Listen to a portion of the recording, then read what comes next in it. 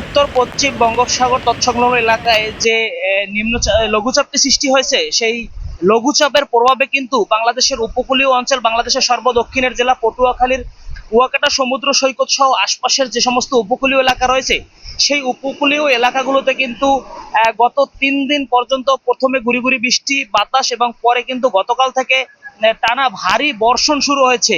দর্শক, আমি এই মুহূর্তে রয়েছি কুয়াকাটা সমুদ্র সৈকতের পারে। আপনাদেরকে যদি একটু দেখানোর চেষ্টা করি যে কুয়াকাটা সমুদ্র সৈকতে কিন্তু বেলা গড়ার সঙ্গে সঙ্গে যে জোয়ারের তীব্রতা বেড়েছে, জোয়ারের পানি বাড়ার সাথে সাথে কিন্তু জোয়ারের তাণ্ডব বেড়েছে।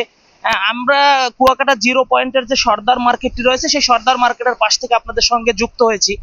আপনারা জানেন যে সর্দার মার্কেটটি কিন্তু এর আগেও একাধিক সংবাদকর্মীরা এই মার্কেটটিকে ঝুঁকিপূর্ণ বলে ঘোষণা করেছে, এবং ঝুঁকিপূর্ণ মার্কেট, লোহার অ্যাঙ্গেল এবং বাঁশের উপরে তৈরি সেই মার্কেট কিন্তু ইতিমধ্যে জোয়ারের তাণ্ডবে, সমুদ্রের যে এই যে চলমান যে জোয়ার, সেই জোয়ারের তাণ্ডবে কিন্তু বিভিন্ন জায়গা থেকে কিন্তু ভেঙে চুরে গেছে, এবং মার্কেটের নিচতলায় যে সমস্ত ব্যবসায়ীরা রয়েছে তারা কিন্তু অনেকেই মালামাল সরিয়ে নেওয়ার চেষ্টা করছে, কারণ জোয়ারের তীব্রতা পর্যায়ক্রমে কিন্তু বাড়তেছে। এবং গত বছর সর্বশেষ বৈরী আবহাওয়া যে ঘূর্ণিঝড় রেমালের পরে কিন্তু এই প্রথম সমুদ্রের এই আগ্রাসী রূপ বা সমুদ্রের এই আগ্রাসী চেহারা কিন্তু উপকূলের মানুষ দেখছে। সবচেয়ে বেশি ঝুঁকিতে রয়েছে কুয়াকাটা টুরিস্ট পুলিশ রিজিয়নের যে সমুদ্র সৈকতের পারে যে পর্যটকদের নিরাপত্তার যে টুরিস্ট পুলিশ বক্সটি রয়েছে, সেই বক্সটি কিন্তু অতি ঝুঁকিতে রয়েছে, এবং পার্শ্ববর্তী সর্দার মার্কেটও অনেক ঝুঁকিতে রয়েছে, এবং ঠিক তার উল্টো পাশেই কিন্তু কুয়াকাটা সমুদ্র সৈকত জামে মসজিদ এবং কুয়াকাটা শ্রী শ্রী রাধাকৃষ্ণ মন্দির, সেই মন্দিরও কিন্তু এখানে রয়েছে। সেই মন্দিরও কিন্তু অনেকটা ঝুঁকিতে রয়েছে। আপনারা ক্যামেরার চোখে দেখছেন যে কতটা আগ্রাসী রূপ কিন্তু সমুদ্র এই মুহূর্তে নিয়েছে, এবং জোয়ারের যে তাণ্ডব, এটি কিন্তু জোয়ারের তাণ্ডবে কিন্তু বিভিন্ন জায়গায় ভাঙনের সৃষ্টি হয়েছে, এবং বিভিন্ন বেড়িবাঁধের কিছু অংশ কিন্তু ঝুঁকিতে রয়েছে। আমরা দেখেছি যে ঘূর্ণিঝড় প্রস্তুতকারী সংস্থা স্বেচ্ছাসেবী সংগঠনের সদস্য সিপিপি সদস্যরা কিন্তু মাইকিং করে সবাইকে সতর্ক থাকার জন্য বারবার নির্দেশ দিয়েছেন, এবং আবহাওয়া অফিসের সর্বশেষ দেওয়া তথ্য মতে কিন্তু যে 3 নম্বর নদী এবং সমুদ্র বন্দরকে যে 3 নম্বর সতর্ক সংকেত, সেই সংকেতই কিন্তু এখন পর্যন্ত জারি আছে, এবং সমুদ্রে সৃষ্টি হওয়া যে লঘুচাপটি কিন্তু সেই লঘুচাপই আছে এখন পর্যন্ত। বড় কোনো আগ্রাসী রূপ এখনো নেয়নি আবহাওয়া অফিসের দেওয়া তথ্য মতে। তো তবুও জোয়ারের পানি এবং বাতাসের তীব্রতা কিন্তু পর্যায়ক্রমে ধীরে ধীরে বাড়তেছে।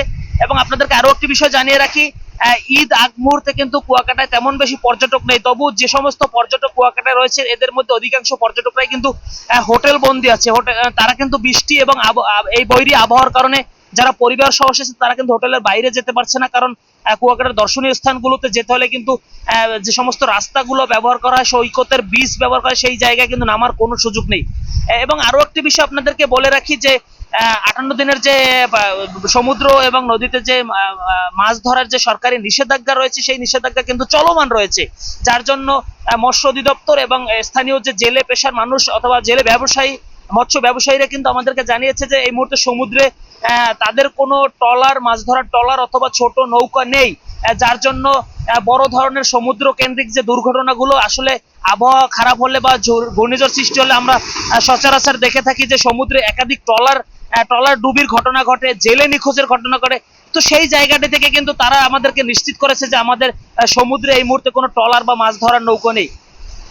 তো সব মিলিয়ে আসলে জোয়ারের কারণে কিন্তু এই জোয়ারের পানির তীব্রতা বেড়ে যাওয়ায় কিন্তু আমরা দেখেছি যে সমুদ্রের আগ্রাসী যে রূপ, সেই রূপটি কিন্তু আমরা দেখেছি, এবং স্থানীয় যে সাধারণ মানুষ, স্বেচ্ছাসেবী সংগঠনের সদস্যরা কিন্তু কাজ করছে সবাইকে নিরাপদে যেতে বা নিরাপদে রাখতে। তো এই ছিল আমার কাছে সমুদ্রের সৃষ্টি হওয়া লঘুচাপের সর্বশেষ তথ্য। আমরা পরবর্তীতে আবারও কুয়াকাটার উপকূলীয় এলাকার সর্বশেষ আবহাওয়ার যে কোনো তথ্য আপনাদেরকে ঢাকা পোস্টের মাধ্যমে জানানোর চেষ্টা করব। S M Almas, Dhaka Post, Kuakata.